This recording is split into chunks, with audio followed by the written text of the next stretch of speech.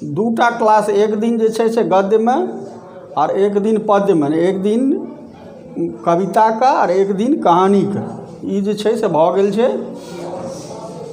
अहाँ देख रहलिए ओहो दिन बतेने रही दूटा किताब अहाँ सब पढ़ऽ पड़त। एकटा तऽ जे छै से जाहिमे गद्य पद्य संग्रह छै, यानी दुर्वाक्षर किताब अछि ने, और एकटा जे छै से मिथिलाक धरोहर ई।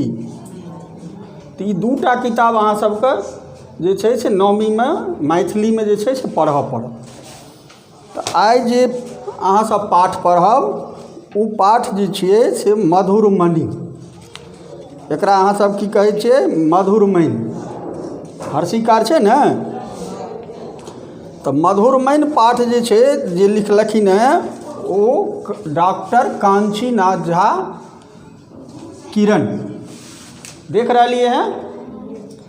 अब डॉक्टर कांचीनाथ झा किरण के जे छै से परिचय अहाँ सब बुझि लिअ।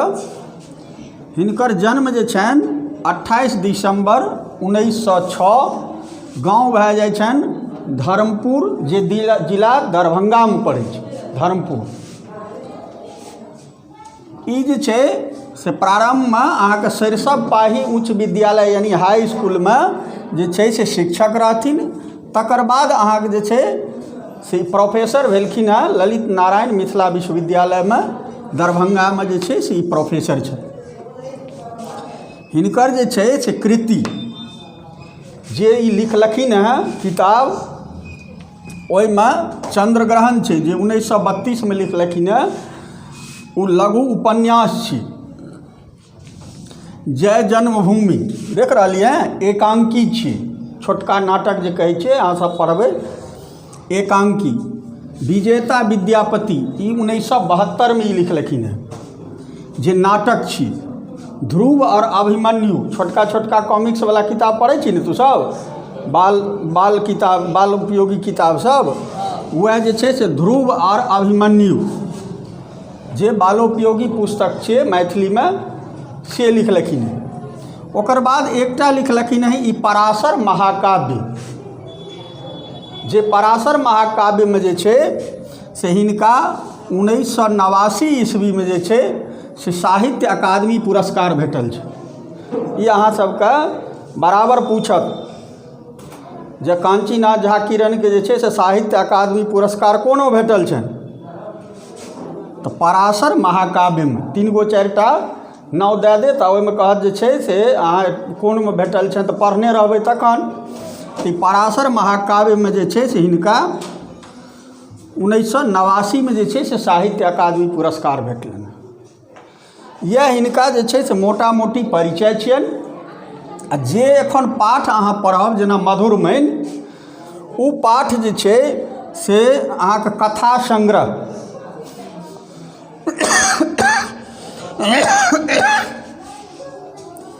कथा संग्रह जे छै से मैथिली अकादमी पटना एकटा किताब छै कथा संग्रह, ओही में जे छनि से मधुरमणि सेहो जे छै से कथा छै। तऽ ओही कथा संग्रह से जे छै से अहाँ सबके लेल गेल हँ जे नौमी में पढ़ैके लेल। तऽ एहनो प्रश्न रहै छै जे कोन जे छै किताब से जे छै से मधुरमणि लेल गेलै हँ अहाँ सब पढ़ै लेल, बोर्ड में जे अथी में जे प्रश्न आयत तऽ इहो प्रश्न रहै छै। तऽ ई अहाँके कथा संग्रह जे छै मैथिली अकादमी से लेल गेलै। ई पाठ के जे छै और हिनकर जे छै से मुख्य परिचय छनि। आब जखन ई पाठ जे छै से अहाँ पढ़बै, घर पर पढ़ै छियै ने, प्रतिदिन चूँकि नौमी में छियै आ एतयसँ मैथिली शुरू होइ छै, तऽ प्रतिदिन अहाँ एकटा जे छै से लिखना जरूर लिखियौ। देख कऽ किताब सबके छौ ने, तऽ प्रतिदिन एकटा लिखनाके जे छै से जरूर लिखैके छै। तखने अहाँके 10वीं बोर्ड में जे छै से बढ़िआँसँ बढ़िआँ लिख पेबै, इंटर में ग्रेजुएशन में जे छै। और एकटाके पाठ जे छै बहुत नीक नीक पाठ छै, एहिमे कहानी सब, ओकरा जे छै से पढ़बै। अहाँके नहियो पढ़ि हेतै ने, एक दिन 2 दिन जे पढ़बै तऽ अहाँके अपन मातृभाषा छियै, तकर बाद अहाँके अपने पढ़ऽ आबि जायत आ खूब मोन लागत पढ़ैमे।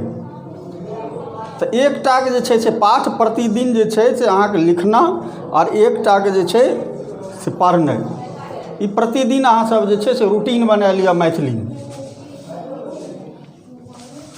तऽ एखन जे अहाँ ई मधुरमनि जे छै से घरोपर पढ़ने हैब, हम पढ़बै छियै, मधुरमनि जखन अहाँ पढ़बै तऽ पूरा गाँव घरवला खिस्सा कहानी छी। खिस्सा सब सुनलिए ने? आँ तऽ खिस्सा जे कहानी जे छै से गाँव घरवला छी। आ जे चीज तू गाँव घरमे जे छै से सुनैत हेबही मैथिलीमे, जे शब्द सब, ओ शब्द सब जे छै से जेना देखै छियै एहिमे शब्द छै कथी? ट्यूशन। ट्यूशन सुनलिए? कहै छै ने जे ट्यूशन पर जाइ छै, दिल्ली जाइ छै तऽ दरभंगा ट्यूशन पर जे छै गाड़ी पकड़तै, कहै छी ने? तऽ वएह ट्यूशन जे छै मैथिलीमे रेलवे स्टेशनके जे छै से ट्यूशन कहल जाइ छै। लगनी, लगनी एगो गीत होइ छै गामपर, जहन चिकस ई सब पीसैत हेतै, आब तऽ नहि पीसै छै ने, तऽ ओहिमे जे छै से लगनी गीत गाबै छै। तऽ लगनी एकटा गीत छियै। दाबि, दाबिके नाम सुनली हँ? छोलनी देखली हँ? तऽ एखन रहै छै स्टीलके, आ पहिले रहै छलै काठके छोलनी। तऽ काठके जे छोलनी होइ छलै आ दालि ईसब जे बनै छलै तऽ ओकर ओही छोलनीसँ लारल जाइ छलै, ओकरा कहै छै दाबि। काठक बनल छोलनी होइ छै। ढाकन, ढाकन सब सुनलिए? अरे जे चावल भात या दालि ईसब बनबै छै ने, ऊपरमे झाँपै छी ने, तऽ ओकरे कहल जाइ छै ढाकन। झाँपै छै तकरा।